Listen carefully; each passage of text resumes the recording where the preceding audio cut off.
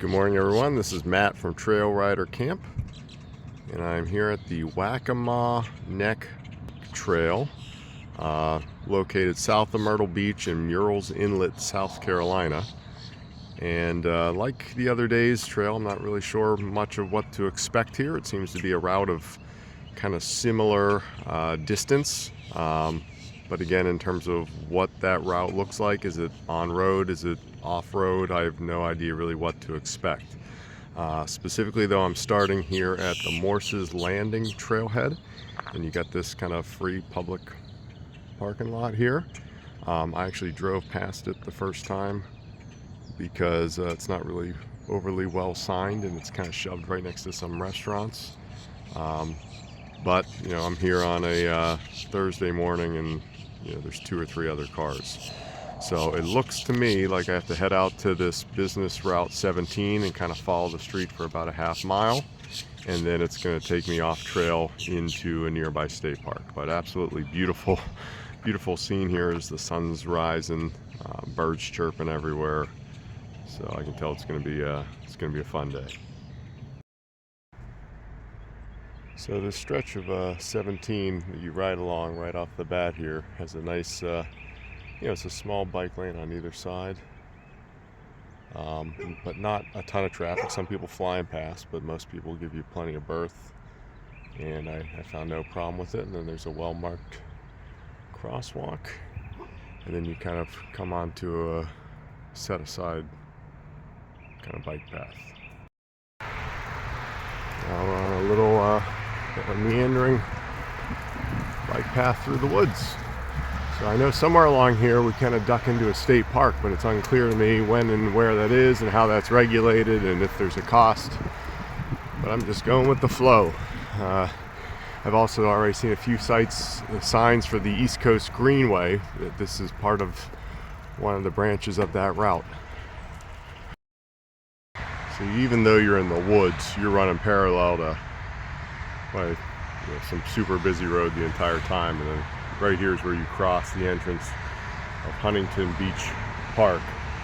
And so there's a decent amount of people coming in and out of here, and a decent amount of people using the trail.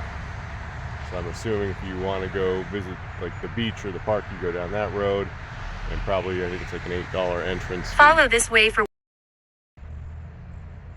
All right, so out of the state park area, which even though it was kind of nice being back in the woods, the surface was really broken up by tree roots, and so it was a very bumpy ride. And then you kind of come out of the woods, and now you're on this one that runs alongside of like a neighborhood. Looks brand new, and there's tons of people out here walking and running. But again, you can hear this busy road beyond these trees the entire time. All right, now running parallel to the busy road again. You see you got a ice cream store right on trail here, and I also passed a place called Cyclopedia, which I believe is like a bike shop, bike rental place. So know if you need repairs or if you're in the area and you just want to rent a bike for the day, there does appear to be an option. So again, pretty bumpy trail through here, zigzagging a bunch, not like a traditional rail trail if that's what you're expecting. Shades of being in Wilmington. So we're going to be crossing over Route 17 here, the main busy route that goes through Myrtle and all these other seaside communities. So now a quieter stretch though, still joining a road, and this is smooth as can be. This looks like brand new asphalt, and I saw signs alluding to the fact that you can maybe have a golf cart on this path as well. And then one thing I thought was kind of funny is along here there was tons of Easter eggs just kind of scattered about on both sides of the trail, because Easter is in a few days. So that's yeah, here's some up by this tree here. I don't know if you'll be able to see it. Bunch of random Easter eggs. Too funny. All right, so you get to a point here where you're kind of at like a juncture, and it shows that the Greenway goes that way. But then I also saw on some maps online that there's also a spur route that goes this way and eventually terminates. So what I'm going to do is I'm going to go straight here, go to the length of this or as far as I can go, see what happens, and then turn around from there, and then come back to here and go down the main route. So again, just kind of going along the side of golf courses, both sides of the road, and somewhat busy road running right next to us. But you're off the road, smooth surface, a lot of people out running and walking and using the trail. So you get past Waccamaw Elementary School, and the trail changes to this wide sidewalk, which again seems brand new. Very, very smooth, despite some scattered debris. So same kind of thing, just almost just residential side streets, a lot of neighborhoods that you're going past. Obviously a busy road, but kind of very peaceful, enjoyable, easy riding. Well, the quiet concrete path lets you out here on 17 again at this very busy intersection. And unlike the last crossing of 17, which was fairly well marked and easy and seemed pretty safe, this one was a lot dicier getting across. And then it looks like you're just kind of like on the side of 817. It's very unclear to me.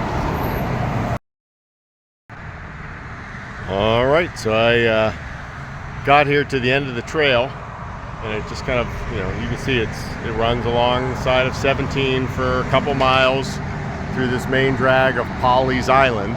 So, nice for the people of this community to have the option where they can walk to shops, and there's tons of restaurants and things along here. But then, the trail just kind of meanders into this parking lot where there's a Food Lion, a liquor store, a nail salon, a Chinese restaurant, and it just ceases to exist here. So altogether, it's a little bit more than 12 miles from where I parked to this point, and that was with my slight little additional northern spur that wasn't because of the security gate. So I'm going to turn around. It took me a little bit more than an hour to get here, so I'm going to head on back in the direction of the car. And then one thing I definitely want to hit up is I saw that there's a brewery right on the trail. So I want to hit that up if it's open. So that's going to be the big question. In my haste to cross back over US 17, I actually crossed at the wrong location. I crossed like one light too early. I wasn't paying attention, and it was actually a good mistake because it brings you through this little parking plaza, shopping center, and there's a Publix grocery store there. I could smell coffee, so obviously a coffee shop. But why I'm bringing it up is that there's really not much in the way of like marked parking along this trail whatsoever. So I would say if you are parking at the northern head of the trail, park where I did, at that Morse Park, boat landing area, which is in Google Maps. And then if you are parking at the southern end, like Pawleys Island, look up that shopping center where there's a Publix and just park in there somewhere. There's a million spots and nobody will bother you. And it's, again, literally right across the street, maybe 500 feet away from the trail access. And that way you don't even have to mess around with 17 if you don't want to. All right, so it's 10:45 and I made it back to Morse Park, where my car is parked here.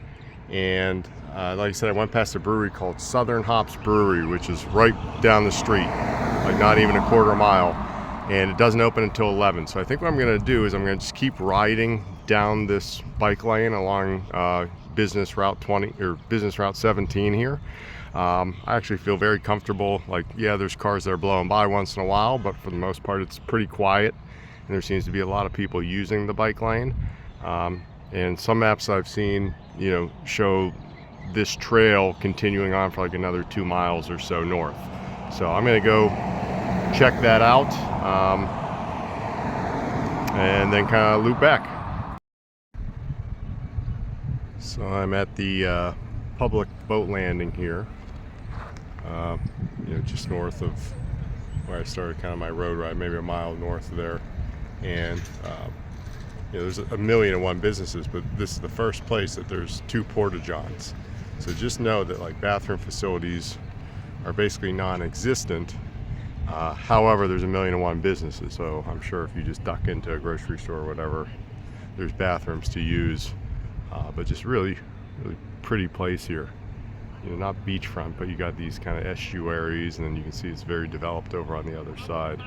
So I'm going to keep riding north and exploring, and then eventually turn around at some point.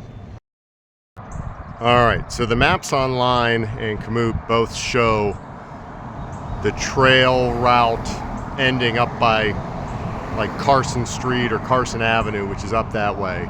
But I don't know if you can tell it on this video, but it looks like there's like a construction site up there, so you got all these cones and flaggers and everything. So I am not wading up into that for the purpose of finishing up the last 0.1 miles of this route. Overall, this bike lane, like I said, I don't mind it whatsoever, even though right here traffic is pretty heavy. It's not like that along the entire length of the probably 2.5 miles or so beyond where I parked my car. I'd say most sections people are generally going between 25 and 35 miles an hour. And there's a lot of businesses, so like they couldn't fly through even if they wanted to. And if you're somebody like me that like to do some people watching and like to stop in at some restaurants or bars or whatever, like this stretch of it is all that. And you got a lot of restaurants that look out on the estuary, so I don't think I would recommend riding this at the height of the summer season when it's just tourists galore. But right now, first week of April, this is not bad. So I'm going to turn around, I'm going to jump in the bike lane on the other side of the road and head back to the car and then go to the brewery for lunch. All right, mission accomplished. Back here at the car. Literally 3 hours on the dot with me stopping to film and went to the restroom at one point. Altogether 29.7 miles. So literally if I would have went to that farthest stretch that it shows in the system, and again I went as far as I could to the south, I went as far as I could up that one random spur, it puts you literally like 30 miles round trip on the dot. So overall really fun trail. I'll give my comments when I kind of get back to the house, but now it's mission find some lunch.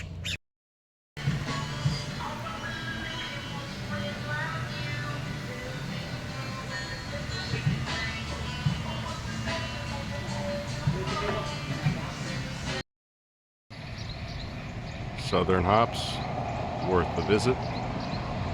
I got the BLT, which was probably the best BLT I've ever had. Got 2 beers, and then I got a 6-pack to go of their red ale. My total bill was under $40. So good find here right across from the bike path. Alright, it's time for my comments on the Waccamaw Neck Bikeway. So from a scenery perspective, I gave it a 5 out of 10. Beautiful start there at the Morse Park Landing, looking out on the estuary.